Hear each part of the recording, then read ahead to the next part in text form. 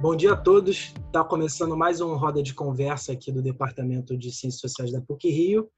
E hoje recebemos Thaisa Sanches, doutoranda em Ciências Sociais na PUC-Rio, Cosme Philipsen, do Rolê dos Favelados, morador da Providência, e a Dona Penha, da Vila Autódromo.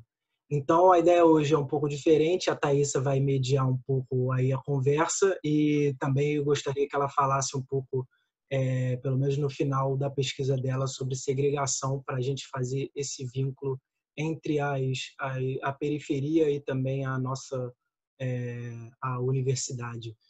Então, Dona Penha, se quiser começar a nos contar como está a situação aí na Vila Autódromo em meio a essa pandemia. Aqui na Vila, como nós já somos esquecidos por natureza, né, que não queríamos que nós ficássemos nesse território, mas como somos uma comunidade pequena, só ficaram 20 famílias, graças a Deus nós estamos conseguindo passar bem. Até agora estamos fazendo todo o procedimento de não sair na rua, só sair com máscara, evitar ao máximo. Aqui, graças a Deus, nós estamos conseguindo passar bem, porque temos pouco jovem e assim tá todo mundo mais em casa mesmo e estamos superando bem, graças a Deus. Beleza. Existe alguma questão em termos de subnotificação, assim, porque a gente sabe que em determinadas regiões a gente não consegue ter certeza da quantidade de casos, né? Então, como é essa questão? Aqui na Vila, aparentemente apareceu 2 casos, mas assim, que foi muito rápido, as 2 pessoas se cuidaram, ficaram isoladas e até agora melhoraram. A gente não sabe se foi o vírus ou se foi um resfriado normal, mas aparentemente parecia ser o vírus, mas foi uma coisa rápida, leve. Não, a pessoa ficou boa logo. As 2 pessoas que ficaram assim com febril, com dores, essas coisas, aparentemente elas já ficaram bem, graças a Deus, né? E aos arredores da comunidade, assim, na Vila, algumas pessoas que moram mais distante de nós, mas na rua principal é que a gente ficou sabendo que teve realmente o corona, né? Assim. Mas aqui dentro da vila só teve 2 casos, mas foi muito rápido e a gente conseguiu, as pessoas se isolaram e ficou tudo bem. Vocês conseguiram algum tipo de atendimento médico ou não? Não, a pessoa não chegou a ir ao hospital, não. A pessoa foi logo no início, e como estava dizendo, quem tivesse só sintomas assim leve, não fosse ao hospital, aí as 2 pessoas não foram. Mas estão bem, graças a Deus. Eu acho que foi só um resfriado normal. Mas como estava no período já iniciando, as 2 pessoas acharam que podia ser. E Penha, como é que vocês Dona têm... Penha, qual é a idade dessas pessoas? Um era jovem, devia ter 24, e a outra tinha, acho que 50. Legal. Cosme, você quer falar um pouquinho também como é que está a situação aí na Providência? Então, gente, bom dia. Acabei de acordei para fazer essa conversa aqui. Quero dizer que eu estou com saudade da Dona Penha, de todo mundo aí, da Sandra, da Vila Autódromo. Pode ter certeza que depois dessa quarentena eu vou marcar um outro rolê, mesmo que não seja o rolê dos favelados, eu vou aí, a gente se encontrar, comer alguma coisa, ir na igreja, se encontrar lá, porque é muito gostoso a gente estar junto. Estou com saudade de muita gente. Eu acho que a gente, nesses dias, tem dado importância, né?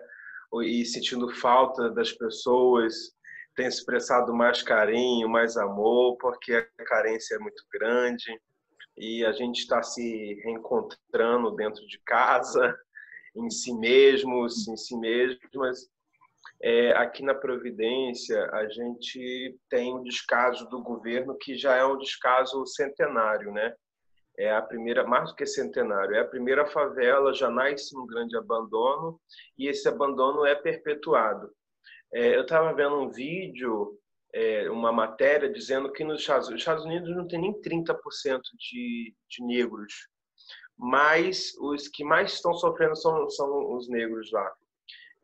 acho que mais de 70% das pessoas que estão morrendo por coronavírus têm uma cor. As nossas favelas também representam fortemente essa cor e uma população também nordestina. E aí aqui a gente está tendo o descaso de nem conseguir ter o exame para quem já morreu ou para quem mora perto de uma pessoa que morreu. Por exemplo, na Rua da Gamboa, que é no pé da Providência, perto da cidade do Samba, um único número, né, numa única vila, a gente tem 2 casos de morte com a suspeita do coronavírus e um caso de uma pessoa que está dentro de casa, isolado, com todos os sintomas de coronavírus, mas ele foi no hospital, quer dizer, o SAMU foi buscar ele, e ele voltou do hospital sem o exame, mas com falta de ar, com tosse, com febre altíssima.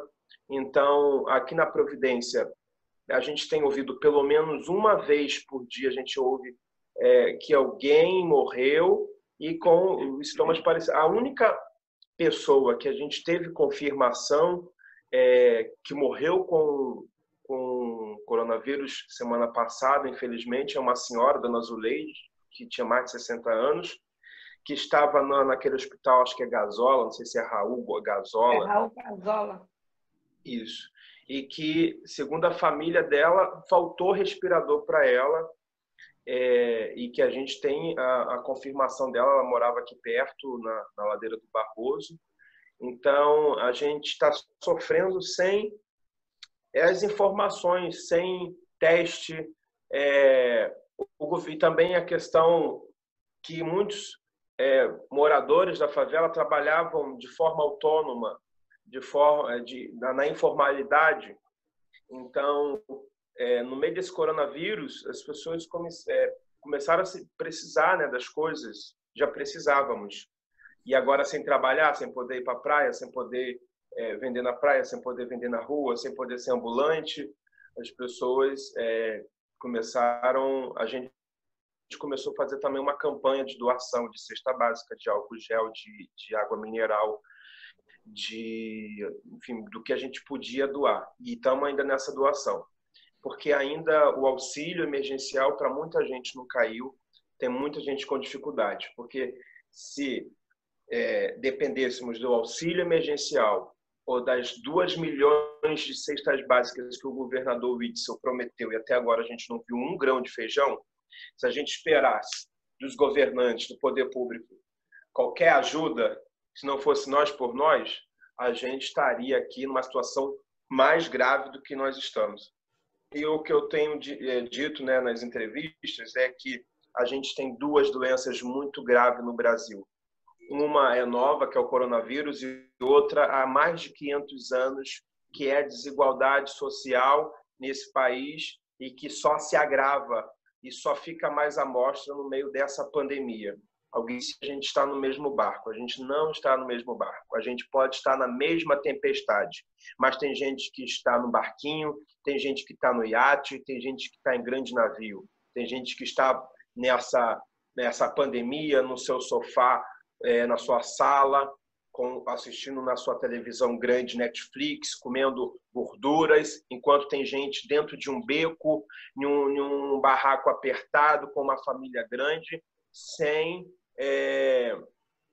poder sair de casa, não conseguindo também, e sem água para lavar a mão, né? Porque há poucos dias a Providência, mais 300 casas, não tinha água, que já estavam sem água desde o Natal.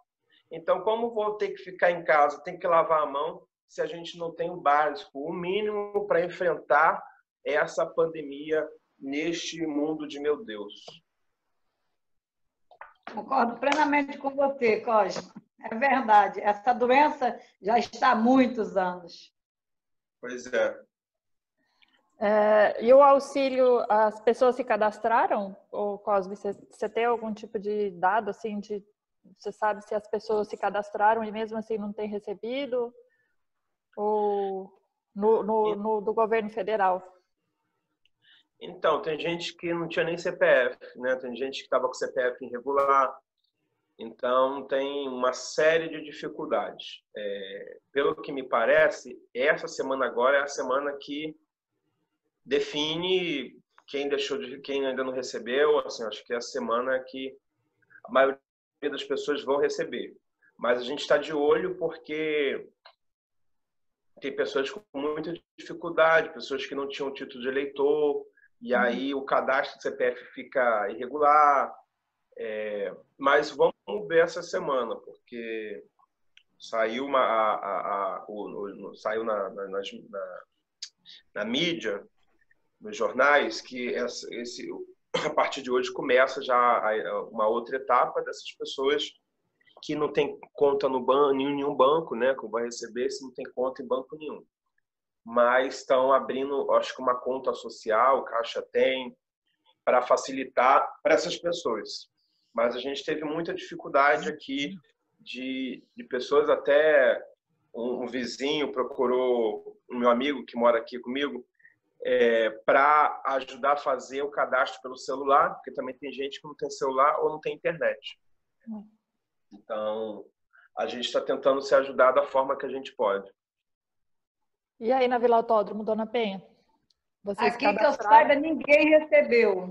Aqui, nenhuma família ainda recebeu. Já fizeram cadastro, mas não saiu nada para ninguém ainda. Não conseguimos. Nossa. É difícil.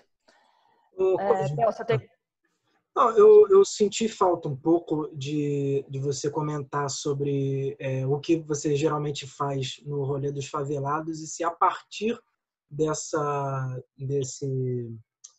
agência, que é uma agência de turismo, né, que vocês guiam pessoas, é isso? Não posso estar errado? E tipo, qual... Por aí. Não, por aí. E se a partir dessa organização que você já tem, o que obviamente mudou e, sei lá, a partir de uma organização que você dentro dela, o que ela está fazendo de diferente nessa situação, nesse período de emergência, vamos dizer assim? Então, com o meu projeto do Rolê dos Favelados, eu estou junto mais 3 outras instituições ou projetos aqui no território. Estou junto com a Casa Amarela. A Casa Amarela é uma casa de arte no alto do morro, que tinha cursos de arte, música, dança, enfim, uma série de coisas para os moradores da Providência. Estou junto com Galeria Providência. A Galeria Providência é uma ação que acontece uma vez por ano, ou mais de uma vez por ano, de grafites. A ideia é grafitar o máximo possível na Providência. E com o Rio Memoriação. O Rio Memoriação é um movimento de fora de valorização da memória da zona portuária, da cultura. E aí, nesses 4 projetos, eu representando o Rolê dos Favelados, a gente tem um grupo chamado SOS Providência, e a gente tem captado recursos, doações e distribuído também entre os outros projetos que tem na Providência. O Rolê dos Favelados é um guiamento que acontece desde 2016 pelas favelas e pela cidade, mas, na verdade, a minha primeira experiência com guiamento, eu tinha 8 anos de idade, isso foi em 97, quando o Morro da Providência comemorava 100 anos, então já faz 22 anos isso. O meu primeiro guiamento foi quando um casal de estrangeiro, tinha outras pessoas também na festa do centenário aqui, em 97, um casal de estrangeiro me abordou perguntando se eu poderia levar eles pelos becos do morro. Eu disse que sim. Ali eu estava fazendo o meu primeiro guiamento sem saber que eu estava guiando, e o meu primeiro pagamento foi picolé. Hoje em dia eu recebo dinheiro e cerveja como pagamento, dei uma evoluída no serviço. E eu fui um tempo da Igreja Metodista da Gamboa, uma igreja centenária, que recebia os estrangeiros que queriam subir o morro, isso na minha adolescência, e eu subia com eles, em troca disso eles me levavam para Búzios, Pão de Açúcar, Corcovado, restaurantes. Em 2014 eu criei a página Providência Turismo, onde eu comecei a receber mais visitantes. Em 2015 me formei como guia de turismo, Em 2016, junto com a Gisele Martins, que é favelada da Maré, jornalista, comunicadora popular, a gente deu o nome do guiamento de rolê dos favelados, através de um curso que ela fazia que se chama Histórias Vivas, que é a história das favelas. E vocês estão me ouvindo? Sim, sim. Sim. E aí, então, só na Providência, a gente já trouxe mais de 7.000 pessoas no rolê. E a gente já fez o rolê em Salvador, no bairro da Paz. Já fizemos na Vila Autódromo também, com a Sandra. Já fizemos Santa Marta. A gente faz sempre na zona portuária para falar da herança africana, pequena África, e a tal revitalização do porto. Já fizemos na Maré, no Alemão, enfim, em diversos lugares, e sempre com favelados guiando, e o Rolê dos Favelados é um contraponto ao Favela Tour, ao Jeep Tour, ao Safari, que aconteceu e acontece na Rocinha, ou já aconteceu no Alemão, no Vidigal, no Alemão já aconteceu, no Vidigal também, no Santa Marta. Então, esse Rolê dos Favelados é uma aula a céu aberto, é um posicionamento crítico a diversas coisas em relação à favela. Mas aqui na Providência, como sou nascido e criado e morador, vendo essa necessidade dos moradores, me juntei a esse grupo de outros projetos para a gente fazer esse movimento de ajuda para os nossos. Inclusive, tem uma vaquinha online rolando para as pessoas doarem dinheiro, a gente comprar mais cestas básicas. Se eu não me engano, a gente já doou mais de 800 cestas básicas, fora álcool gel, que a gente tem recebido, doado, água mineral. Quando a Pedra Lisa estava sem água, a gente estava ali doando água mineral. A gente também colocou um carro de som na rua para conscientizar as pessoas de ficarem em casa. Inclusive, o carro de som era muito engraçado, que ele dizia: sai da rua, vá para casa, senão você vai morrer. É muito engraçado o carro de som passando. Mas, de qualquer forma, a gente tem dificuldade de conscientizar as pessoas de ficarem em casa. E eu acho que não é só na favela. Eu fui, uns dias atrás, fui pegar uma doação de produtos de limpeza em Ipanema. Eu passei pela Lagoa e vi um monte de gente, idosos, correndo pela Lagoa. Assim, não como antes, mas um número ainda... um número, para mim, não aceitável de pessoas andando e correndo pela Lagoa. E aí eu vi que não é só na favela que as pessoas estão desacreditando desse vírus ou desobedecendo o que a ciência está encaminhando, o que os médicos estão pedindo, o que as organizações de saúde têm recomendado. Uhum. Dona Penha, aí na Vila Autódromo, eu acompanho mais de perto o caso da Vila Autódromo, né? E se você quiser falar um pouco de como que o grupo de moradores se organizou e tem se organizado, né, para enfrentar o corona, e como a gente conversou outro dia com a Vila e perguntou: vocês estão precisando de alguma coisa? E eles decidiram se movimentar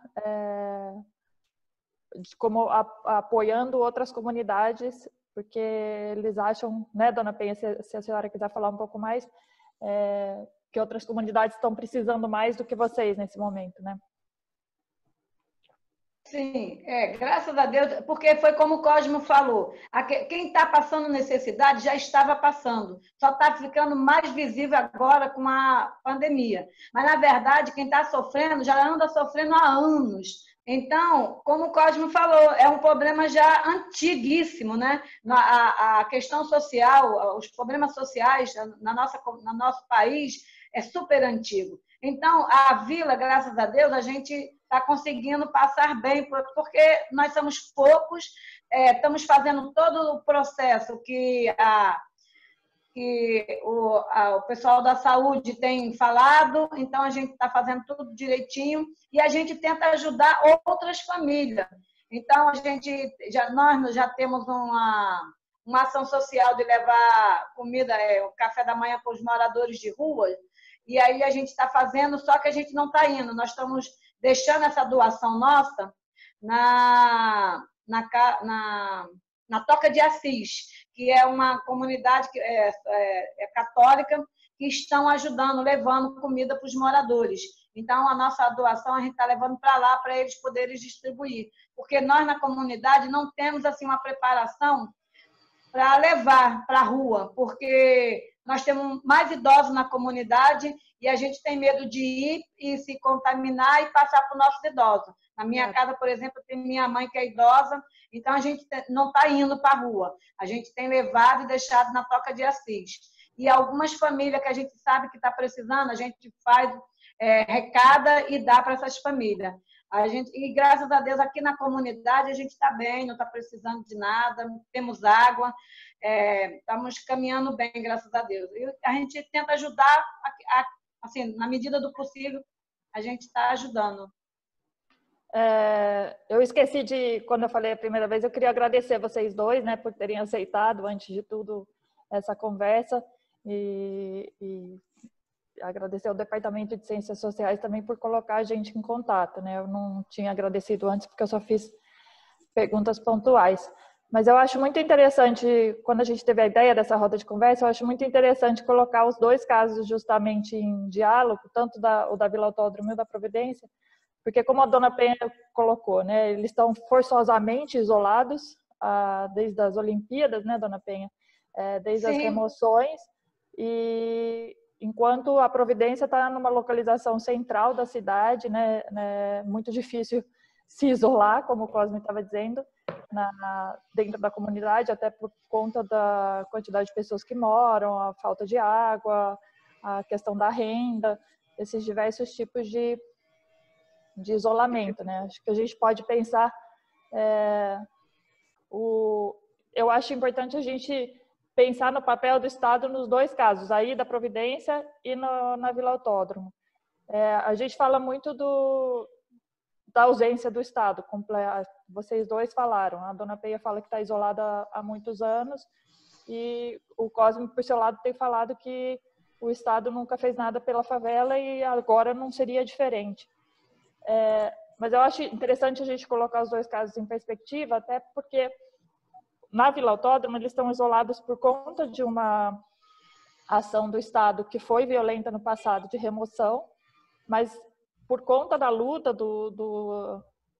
da Vila, eles conseguiram permanecer e conseguiram algumas coisas boas, né? Apesar de não ter conseguido o projeto de urbanização, de não ter sido finalizado, hoje eles conseguem manter esse isolamento social por conta do projeto de urbanização, que foi para poucas famílias. Existem várias críticas sobre isso, eu mesmo critico essa política, mas eu queria que vocês falassem um pouco. Ontem ou anteontem, foi a Conlurb na Vila Autódromo para fazer higienização, eles limparam as ruas da vila, né, dona Penha? Eu acho que... Pela primeira vez, e assim... foi porque o vizinho ligou pedindo. Eles não vieram naturalmente, porque o vizinho ligou. Então, eu queria mesmo que vocês falassem um pouco sobre isso. Como é que está sendo acompanhado pelo Facebook, que você coloca sobre os casos de vizinhos, e como que a Comissão de Direitos Humanos da Alerj foi fundamental para ir aí fazer a remoção dos corpos e tal. Eu queria que você falasse um pouco sobre isso também. Eu acho importante a gente... pensar o Estado não só como o governo federal, que infelizmente está aí, existe, né? Mas como que essas outras multiplicidades de Estados se fazem presente aí, né? Seja por agentes de saúde ou por a Comissão de Direitos Humanos da Alerj ou mesmo de limpeza urbana. Eu queria saber se vocês têm visto algum papel ou é só... a partir de uma demanda muito forte de vocês que eles têm feito alguma ação. Quer falar, dona Penha, da Conlurb, etc.? Aqui na nossa comunidade nós não tivemos nenhum tipo de... A única ação que veio foi a da Conlurb com uma limpeza, mas porque nós pedimos, né? Eu nem sabia que o vizinho tinha pedido, aí eu fiquei surpresa, falei, nossa, lembraram da vila? Mas aí depois o vizinho falou, não, eu liguei e pedi que eles passassem aqui na rua para a limpeza, passando aquela, né, para poder dar aquela limpeza com água, sabão e tal. Meio veneno, parece, que é para manter a higiene. Mas foi a única coisa, o resto, nada. Aqui, realmente, ninguém nos procura, ninguém fala nada.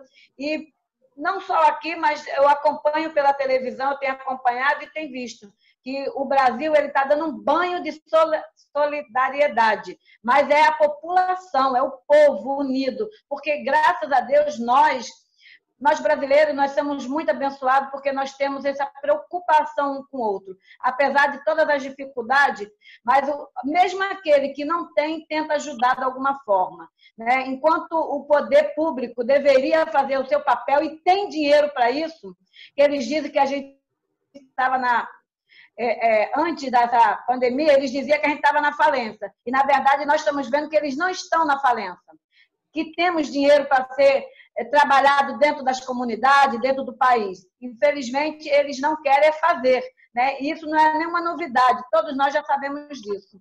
Então, eu acho que é isso. Eu acho que o governo ele pode fazer muito mais, né? Só basta querer. Infelizmente, eles não fazem o trabalho deles como deveria fazer. Se eles fizessem, o país seria muito melhor, a cidade estaria muito melhor e todos teriam direitos iguais. Infelizmente, essa camada que toma conta do país é que não faz a sua parte com decência, com justiça, enfim. Eu acho um pouco isso. Cosme, se quiser falar um pouco, então, do papel como você qualifica aí o papel do Estado em sua multiplicidade, digamos assim, se você tem visto alguma ação espontânea por parte da Comissão de Direitos Humanos ou da Prefeitura Municipal, como você tem visto? Então, a Comissão de Direitos Humanos Alerj me procurou quando ela foi acionada por alguma pessoa que avisou o descaso aqui na Providência, mas eles não vieram aqui, eles ficaram em contato pelo telefone, dando algumas orientações do que poderia ser feito. Mas nos dois casos de cadáver dentro de casa, né? Porque o primeiro, os vizinhos souberam exatamente o dia, a hora que ele morreu, porque estavam acompanhando. E aí ficou mais de 30 horas para poder ser retirado, e aí só foi retirado quando um filho chegou e chamou a funerária. E foi igual o segundo caso, na questão da retirada do corpo. Foi quando o filho chegou e foi através de uma publicação que eu fiz no Face, pedindo ajuda, que teve quase 1000 compartilhamentos no Facebook, compartilharam no WhatsApp. Em 2 horas a gente achou o filho do seu Maurício. Sendo que o seu Maurício, a gente não sabe o dia que ele morreu. Ele foi achado na terça-feira de noite morto dentro de casa e só foi retirado domingo só foi achado terça-feira de noite, só foi retirado quinta-feira de manhã, porque na quarta-feira o filho chegou, que a gente encontrou ele e também chamou a funerária um enterro gratuito. E quando ele foi na quarta-feira pedir para retirar o corpo, lá no Caju, os funcionários lá do cemitério disseram: olha, a gente não tem espaço na geladeira, está muito cheio a geladeira, está uma loucura aqui e talvez a gente vai tentar no outro dia retirar seu pai e já enterrar. Seu Maurício, ele passou mal no domingo e desde domingo os vizinhos não tinham visto ele. E aí, na terça-feira que acharam ele morto. Então, ele pode ter morrido no domingo, na segunda, ou na terça-feira, mas, pelo jeito, foi talvez no domingo, porque o corpo já estava entrando em processo de putrefação. E aí, se ele morreu domingo, ele ficou até quinta-feira para ser retirado. Aí, uns 5 dias para poder retirar o corpo. Mas porque a gente também teve a informação, a constatação que ele morreu na terça-feira.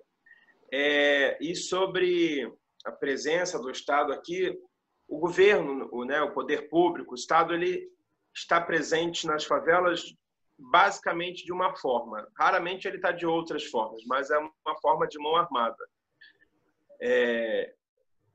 Semana passada, retrasada, a gente teve uma madrugada de um tiroteio aqui mesmo com o coronavírus. Então, além de coronavírus, ainda tem tiroteio. Você sabe que existe o governo do estado fez vários cortes em programas de moradia e de assistência, mas como forma de criar orçamento suficiente para o combate ao coronavírus, mas a única pasta de onde não foi tirado dinheiro foi realmente a da segurança pública, né? Sim. Até no meio da crise do Estado, na época do Pezão, a UERJ falindo, cortando dinheiro de diversos setores, mas um setor que não era cortado e, pelo contrário, o investimento crescia, era a área da segurança pública, né? Comprar bala, pistola, carro, enfim, aumentando o investimento num lugar que não tem resultados bons. Na verdade, é muito investimento para resultados negativos. Eu acho que a crise, além de expor muito essa desigualdade social, como a gente tem falado, tem sido muito importante para a gente realmente expor um aprendizado que vocês sempre estão mostrando, assim, e a sociedade talvez tenha que começar a enxergar mais, tanto na luta da Vila Autódromo pela permanência e por uma qualidade de moradia digna, quanto da providência pelo rolê dos favelados, de mostrar, né, que a memória de vocês e a história de vocês tem que ser contada por vocês mesmos, e uma demanda de moradia a partir não só de um teto, né? Que a importância não é ter só um teto onde você se abrigar da chuva e do vento, mas também ter espaço para se isolar quando necessário, espaço para água, né? Saneamento, espaço de convívio saudável entre as pessoas. Eu acho que os dois movimentos, os dois exemplos que a gente tem aqui hoje estão aí para mostrar como é importante, como a gente ainda tem que continuar aprendendo sobre isso, né? Que moradia, a luta da moradia, a luta pelo reconhecimento da favela como um lugar, parte da cidade, que muita gente ainda insiste em classificar como não parte da cidade, ou como os diversos adjetivos que existem aí para falar, né? Cidade partida e etc. Como é importante essa luta para se fazer parte, justamente para vocês terem uma qualidade de vida que muita gente insiste em não enxergar. E eu queria, a partir disso, assim, de saber quais são os aprendizados que vocês acham que vai ser possível retirar a partir dessa crise enorme que a gente está vivendo. Eu acredito muito que um grande aprendizado já é esse, assim, como eu disse, eu acompanho muito o caso da Vila Autódromo, que eu estou fazendo doutorado e tenho acompanhado, né, o Museu das Emoções, o movimento todo da Vila Autódromo, e vejo que a luta por moradia lá é muito focada nessa qualidade maior, na dignidade em relação à moradia e no diálogo entre diversas favelas, né, na resistência e no uso da memória, da sua própria história para permanecer no território, para ser parte, para conseguir políticas públicas dignas. Eu queria saber se vocês pensam já em algum tipo de aprendizado que vai ter a partir dessa pandemia, assim, como é que vocês veem essa rede de solidariedade e os aprendizados que podem ser retirados dessa crise. Pode falar, dona Penha. Eu vejo que, assim, uma das coisas que dá para perceber nesse momento que é tão difícil, que nós somos capazes de fazer a diferença e de mudar o mundo, de mudar o país, de mudar a cidade, de mudar as vidas, né? Porque a sociedade num todo, independente do poder público, eu acho que nós, como seres humanos, nós estamos dando um bom exemplo de solidariedade, de amor ao próximo, de partilha. Eu tenho acompanhado, eu vejo muito isso. Então, isso faz uma grande diferença. E eu acho que, nesse conjunto, a gente pode... O que nós precisamos de verdade é toda a sociedade cobrar melhor os seus direitos junto ao poder público. Eu acho que nós devemos fazer isso. Eu acho que podemos fazer e é só assim que nós vamos ter uma sociedade mais igual, né? A partir das nossas próprias cobranças. E nós somos capazes disso. Só precisamos botar isso em prática, né? Não sei como, mas nós podemos botar em prática de uma forma que todos tenham direitos iguais, que os nossos governantes governem realmente para nós, o que eles não fazem. Eu acho que nós, povão, toda a sociedade civil tem que cobrar isso dos governos, que eles têm que administrar o nosso dinheiro, porque eles não estão dando essa ajuda que eles botaram agora, de R$600, né, para colaborar com as famílias, eles não estão dando nada deles. Esse dinheiro é nosso, é nossos impostos que são cobrados e que deveria ser voltado para a sociedade e ele não é voltado. Então, eu acho que a gente tem que cobrar melhor isso. A gente tem que fazer mais movimento. Depois que acabar essa pandemia, a gente dá para ver que nós temos dinheiro, que nós temos capacidade, que nós podemos mudar. E que nós, seres humanos, se a gente aprender a viver partilhando, a gente vive melhor. Na favela, a gente já tem essa cultura da coletividade. Então, eu acho que esse momento só reforça o quanto a nossa coletividade é necessária e eficaz durante o ano todo, em todas as épocas, e agora ainda mais nesse momento de muita necessidade. Então, eu acho que é isso, é o reforço do que a gente já faz, que é nós por nós mesmo, como dizia a nossa querida Marielle Franco, Ubuntu, eu sou porque nós somos. Então, é a valorização desse mecanismo nosso de sobrevivência, que é a coletividade. Eu queria só fazer mais uma colocação, assim, tanto o Cosme, que é pastor, quanto a Dona Penha, que já foi catequista, né, saber um pouco sobre o papel da religião para vocês dois, como vocês têm papéis importantes, centrais na religião, na comunidade de vocês, na favela, como vocês têm visto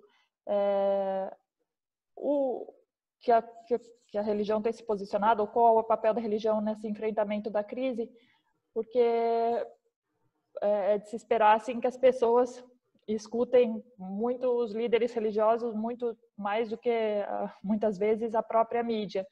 E eu queria saber como é que tem sido, se a religião tem exercido se as igrejas, né, têm exercido algum tipo de papel nesse enfrentamento. Dona Penha, quer começar? Eu tenho visto assim que as igrejas ela têm entrado dentro das casas através da mídia, que antes não acontecia, né? Eu acho que está levando mais esperança, tem feito missa através ao vivo. Eu acho que é uma forma de levar esperança, tranquilidade, né? Entrou muito, porque antes você só tinha, acho que o Padre Marcelo, ou uma rede específica para celebrações, essas coisas. E eu acho que ela está ajudando na conscientização, que as pessoas têm que ficar em casa, que as pessoas têm que se cuidar, que é importante esse isolamento para que todo o país não fique doente de uma vez só. Eu acho que a religião, pelo menos no meu ponto de vista, a católica, ela está participando muito dentro, fazendo missa, tendo outras falas, né? Todos os padres, pelo menos daqui na minha região, os padres têm feito esse trabalho, transmitido missa ao vivo, que eu acho que isso conforta, leva o amor, leva a palavra de Deus, que é super importante nesse momento, que a gente não perca a fé. E aqui está sendo feito esse trabalho. Não estão abrindo as igrejas, porque não pode ficar todo mundo juntos, mas eles têm passado essa palavra de amor, de afeto, de carinho para todos nós, né? Na medida do possível, eu acho que está catequizando e está levando a palavra. Isso também é importante, né? A gente ter esperança, na verdade, que nesse momento que nós estamos passando, uma das coisas que jamais, não vai morrer nunca, é a esperança.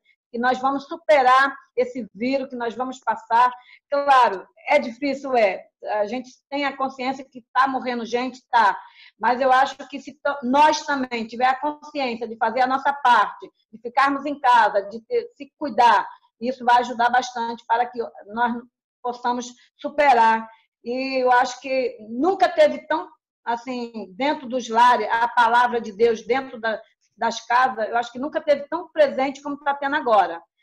Eu sou pastor auxiliar na Assembleia de Deus no Jacarezinho, e é uma igreja pequena que todos os cultos dá comida para as pessoas em situação de rua e usuários de crack lá no Jacarezinho, e tem poucos membros, às vezes se juntando com os visitantes que vão comer não chega nem a 50 pessoas no culto. Então, a média assim, de pessoas no culto é umas 30 pessoas. E assim que começou a pandemia, eu não fui mais na igreja e orientei o pastor presidente que cancelasse, né, os cultos.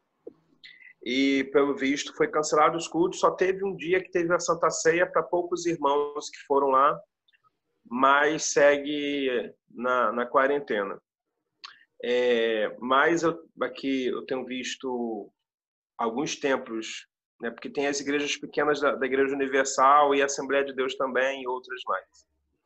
Então, por mais que as grandes, as catedrais, as matrizes dessas igrejas estejam fechadas, a gente tem as pequenas igrejas, as filiais, que têm insistido em abrir. Por exemplo, aqui no bairro de Santo Cristo, a Igreja Universal do Reino não digo nem que é de Deus, não sei que reino é esse, eles têm aberto e ainda dado uma água para as pessoas levar para casa. Vocês estão dando a água, estão vendendo. Então, a gente tem a insistência de igrejas em abrir as suas portas para os fiéis, o que é muito malicioso isso, né? Uma falta de cuidado com todos os membros, com eles mesmos, no meio desse momento que a gente sabe que não está fácil e que a gente pode buscar nossa fé em casa, né? Deus não habita em templos feitos por mãos humanas, ele habita em nós. Então, em casa a gente pode buscar o Senhor, mas é uma necessidade muito grande dessas lideranças de quererem continuar com as suas reuniões, seus cultos, porque querem o dízimo, né? Querem o dinheiro do povo, querem continuar sugando as ovelhas e continua com suas portas abertas. Bom, gente, eu acho que a gente pode... Vocês gostariam de dizer mais alguma coisa? Eu acho que a gente poderia ir finalizando. Eu acho que, como eu mencionei, eu acho que é muito importante trazer essa roda de conversa, né? Esse diálogo é super importante justamente para mostrar como a cidade do Rio de Janeiro tem enfrentado a pandemia, né? E especialmente as populações das favelas. Eu acho que o que mais fica claro assim é justamente o poder de mobilização, né? De como o Cosme dizia, nós por nós, ou o poder de solidariedade entre vocês mesmo, que tem ensinado muito mais do que tentar ver como que o Estado tem enfrentado a crise, né? A gente ainda está esperando que exista um papel um pouco mais presente do Estado. Quando eu comecei dizendo que a gente poderia qualificar, porque em outras favelas a gente viu que tem boletim diário de agentes de saúde, mas parece que para vocês isso não chegou, né? Eu acho que é importante, por isso que eu perguntei, questionei se existia algum movimento nesse sentido, para saber mesmo. Mas acho que o que fica mais evidente mesmo é que a situação e a precariedade de moradia e tal tem que ser... A gente tem que um aprendizado que fica, eu acho que é para a gente qualificar essa questão da moradia nas favelas do Rio, né? Que a moradia tem que ser entendida, e eu acho que a gente, né, Dona Penha, tem que se mobilizar mais depois que acabar a pandemia, como ela falou, mostrando que existe possibilidade, sim, de oferecer isso às populações. O que falta talvez seja um entendimento do que vocês realmente precisam, né? Do que entendem por moradia, não só uma casa, seja ela... se você tem uma casa precária, não significa que você tem realmente um lugar adequado para moradia. Isso que estou querendo dizer. Eu queria saber se vocês têm mais alguma coisa para dizer, se vocês acham importante falar mais alguma coisa. Eu só acho que a Dona Penha é uma fofa. Isso eu também acho. Ela tá prometendo um cozido lá, Cosme, quando acabar essa pandemia. Eu acho que a gente pode começar a fazer uma vaquinha do cozido já. Gente, eu acho super importante essa nossa fala. Agradeço desde já por ter me convidado. É muito importante que nós, favela, fale e que a gente possa levar a nossa voz para outras favelas, para outras pessoas, ter a consciência que a gente estamos passando um momento difícil, mas não estamos sozinhos, porque nós somos um povo unido. E em relação eu acho que eu queria focar um pouco no nosso governo, porque eu vejo, por exemplo, o presidente muito focado com a economia. A economia, ela está como sempre esteve, né? Quem tem, tem, quem não tem, não tem. Essa é a grande verdade. E muitas das vezes ele só foca, porque ninguém vai morrer de fome, disso eu tenho certeza, que nós vamos passar por essa pandemia sem morrer de fome, porque quem morria de fome já estava morrendo há anos, como o Cosmo disse antes. Então, o que ele precisa ver é ele trabalhar para o povo, não ficar nessa fala que a economia, todo mundo vai morrer de fome se a economia parar, se abrir os comércios, se não abrir os comércios, se não abrir... Porque, na verdade, quem está preocupado é quem já tem dinheiro e que não quer perder nada, né? Essa é a grande verdade. Então, que nós, povão, também tenhamos essa consciência, que não vamos para a rua enquanto não melhorar essa pandemia. Porque quem vai morrer não é o rico, quem vai morrer somos nós. Porque, como o Cosmo falou, eles têm dinheiro, eles vão dar um jeito de comprar o ar. Agora, nós que não temos, nós vamos morrer mesmo. Então, eu acho que a gente não pode entrar nessa onda de ele mandou, eu tenho que ir. Não, eu não vou mandar porque ninguém me mandou. Eu vou fazer o que a minha consciência acha. Se eu tenho que ficar em casa, eu vou ficar em casa. E até água serve de comida. Ninguém morre de fome.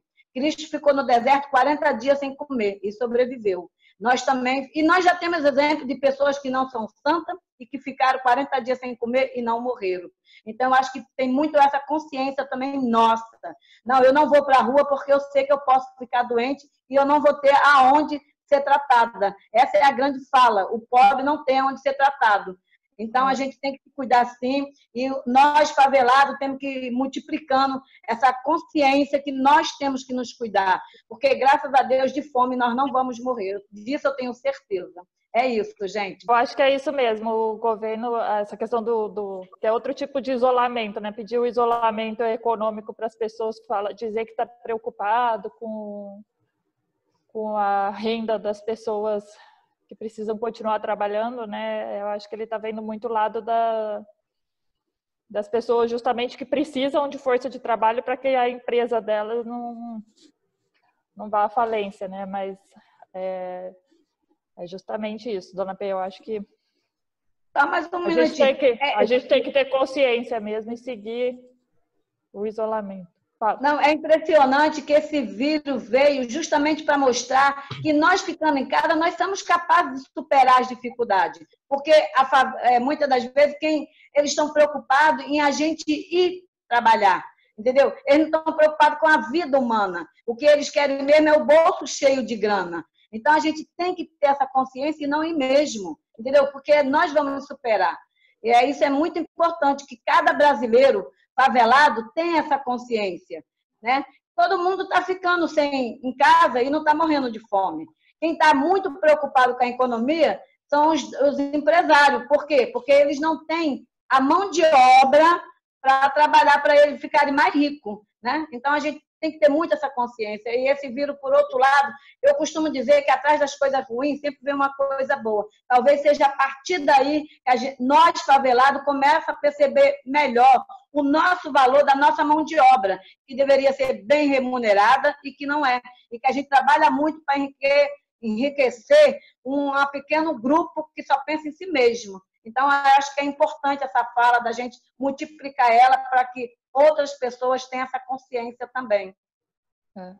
Acho que tem muita gente que não está morrendo de fome justamente por causa da rede de solidariedade que vocês criam, né? Porque se dependesse mesmo o governo morreria de fome. Único, essa dificuldade toda para fazer esse cadastro único, né? A questão do CPF que a gente colocou no início é super problemática. Seria uma rede de apoio que o governo já poderia ter feito há muitos anos, né? Já deveria existir, e em momentos de crise ela aparecer como de forma mais salvação da pátria, né? Mas não existe, né? É muito difícil. O governo não está conseguindo chegar nas pessoas porque eles não têm noção das pessoas, né? Das necessidades das pessoas, mesmo da chegada do acesso das pessoas à internet, a celular e etc., que o Cosme já falou no início da nossa conversa, né? Mais alguma coisa, Cosme? Só quero agradecer o convite e dizer para todo mundo ficar em casa. Isso, fiquem em casa. Queria agradecer a todos, então, por aceitar esse convite. Agradecer também a Thaísa, que teve a ideia dessa roda especificamente. E é muito importante assim, esse contato, né? Essa tentativa de ponte, né? Porque a gente sabe que existe uma segregação, mas, enfim, tentamos fazer coisas a partir disso, né? Então, muito obrigado a todos. Obrigada, gente. Obrigada.